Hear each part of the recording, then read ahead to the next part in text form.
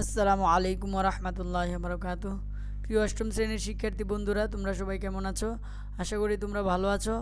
তো বন্ধুরা, তোমাদের জন্য আমি নিয়ে আসছি তোমাদের যে নির্ধারিত একটি অ্যাসাইনমেন্ট আছে, চতুর্থ সপ্তাহের অ্যাসাইনমেন্ট ইংরেজি, এটির সমাধান। তো তোমরা এই সমাধানটি সম্পূর্ণ পেতে আমার ভিডিওটি সম্পূর্ণ দেখতে থাকো। তো আমি তোমাদেরকে এর আগের সমাধানটিও দিয়ে রেখেছি। তো তোমরা যারা এই সমাধানটি পাওনি, তোমরা আমার চ্যানেলে দেখো, অ্যাসাইনমেন্ট নামে যে একটি প্লে লিস্ট আছে, এই প্লে লিস্টে পেয়ে যাবে। তো বন্ধুরা, প্রথমেই দেখে নিচ্ছি তোমাদের প্রশ্নটি দেখে নেওয়ার আগে তোমাদের কাছে একটি অনুরোধ, তোমরা এখনও যারা আমার চ্যানেলটি সাবস্ক্রাইব করো নাই, এখনই সাবস্ক্রাইব করে নাও। আর যারা আগে সাবস্ক্রাইব করে রেখেছো তাদেরকে অসংখ্য ধন্যবাদ। তো তোমাদের এখানে যে দুইটা কাজ দেওয়া আছে, একদম সিম্পল কাজ।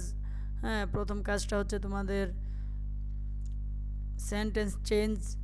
এটা হচ্ছে অ্যাসার্টিভ সেন্টেন্স থেকে ইন্টারোগেটিভ সেন্টেন্সে পরিবর্তন করা, এমন একটি কাজ দেওয়া আছে, একদম ইজি।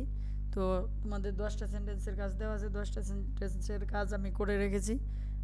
পাশাপাশি একটা প্যারাগ্রাফ আছে, প্যারাগ্রাফটাও করে রেখেছি। ঠিক আছে, তো দেখো, এখানে বলা হয়েছে third assignment task, English grammar and composition, class 8, unit 7, changing sentence. ঠিক আছে, প্যারাগ্রাফ ডেসক্রিপটিভ।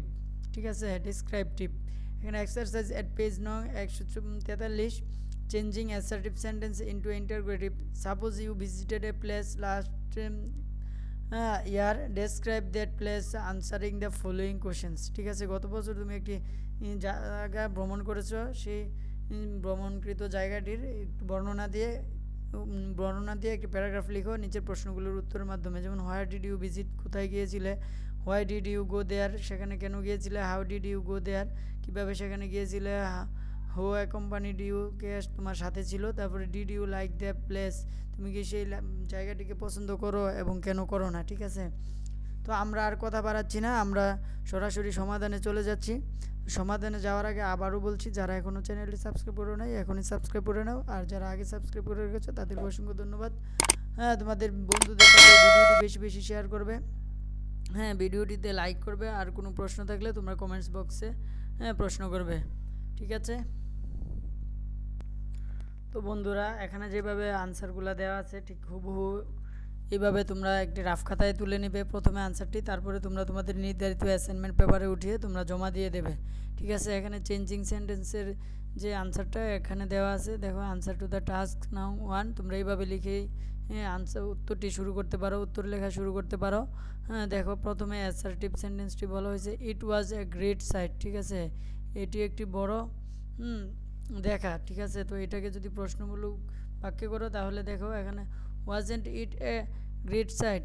তো তোমরা যদি সাধারণত ইংরেজি নর্মালি যদি বুঝে থাকো, এগুলা রুলস একদম ইজি। ঠিক আছে, কোনো বাক্যকে ইন্টারোগেটিভ বাক্য বানানোর জন্য দেখো, প্রথমে অক্সিলারি ভার্ব, তারপরে নট, হ্যাঁ, তারপরে সাবজেক্ট, তারপরে যেভাবে আছে বাকিটুকু বসাই দিছে। ঠিক আছে, তো তোমরা এইভাবে করতে পারো। আর যেই সমস্ত বাক্যের অক্সিলারি ভার্ব থাকে না বা অন্য কোনো ওয়ে থাকে না, তখন তাকে ডাব্লিউএইচ কোশ্চেন দ্বারা কী করতে হয়, ইন্টারোগেটিভ বাক্যে পরিণত করতে হয়। তো এমন আরও অনেক রুলস আছে, তো এই রুলসগুলো আমি এখানে বর্ণনা করলে ভিডিওটি অনেক বড় হয়ে যাবে।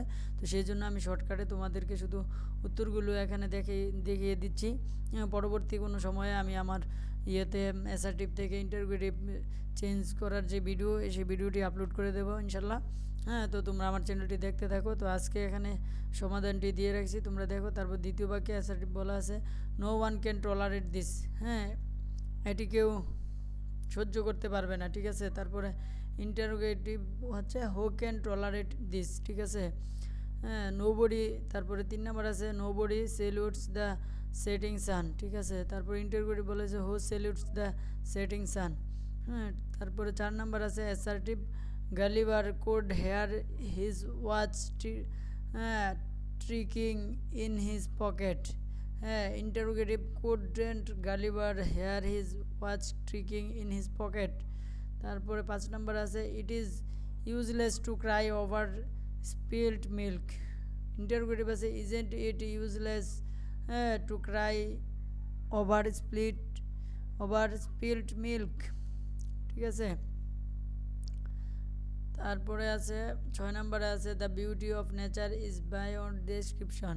ইন্টারোগেটিভ হচ্ছে isn't the beauty of nature by one description. Assertive হচ্ছে everybody has heard of Darwin. Interrogative who has not heard of Darwin. তারপরে আছে assertive he has his dinner at 7 every evening. Interrogative he hasn't his dinner at 7 every evening. তারপরে assertive হচ্ছে I told him to practise regularly. Interrogative didn't I tell him to practise regularly.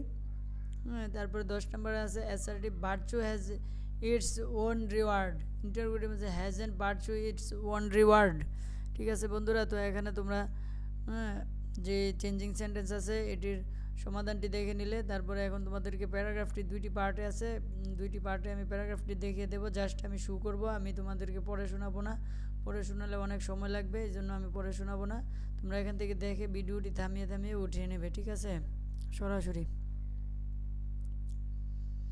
আমি তোমাদের শর্টকাটে দেখানোর জন্য এই টেকনিকটি অবলম্বন করছি, কারণ অনেক চ্যানেলে এইভাবে বুঝিয়ে দেখিয়ে দেওয়া হচ্ছে, তো আসলে এইভাবে অনেক সময় চলে যায়। যাদের এমবি কিনতে সমস্যা হয় তারা আসলে এই সমস্যাটি বুঝতে পারবে, আর যাদের ওয়াইফাই আছে তাদের তো কোনো সমস্যা নেই, তারা ডেসক্রিপশন বুঝতে পারবে। তো পরবর্তীতে আমি আবার যখন ভিডিও আপলোড করব বা দেবো তখন এগুলা ডেসক্রিপশন আলোচনা করব, ঠিক আছে। আসলে এগুলো আলোচনা করে কিছু বোঝার নেই। তোমরা যারা ইংরেজি ভালো একটু বুঝো তারা এখান থেকে কিছু মডিফাই করে নেবে, আর যারা বুঝো না তারা মডিফাই না করলেও হয়ে যাবে। প্যারাগ্রাফটি যেভাবে আছে ঠিক এভাবে উঠিয়ে দিলেও হবে, ঠিক আছে। তো বন্ধুরা, আশা করি ভিডিওটি তোমাদের কাছে ভালো লাগছে। তো যদি ভিডিওটি তোমাদের কাছে ভালো লাগে তাহলে তোমাদের বন্ধুদের সাথে বেশি বেশি শেয়ার করবে এবং ভিডিওটিতে লাইক করবে। কোনো প্রশ্ন থাকলে কমেন্টস করবে। আর আমার চ্যানেলটি যারা সাবস্ক্রাইব করে নেয় এখনই সাবস্ক্রাইব করে নেবে, আর যারা সাবস্ক্রাইব করেছে তাদেরকে অসংখ্য ধন্যবাদ। আসসালামু আলাইকুম ওয়া রাহমাতুল্লাহি ওয়া বারাকাতুহু।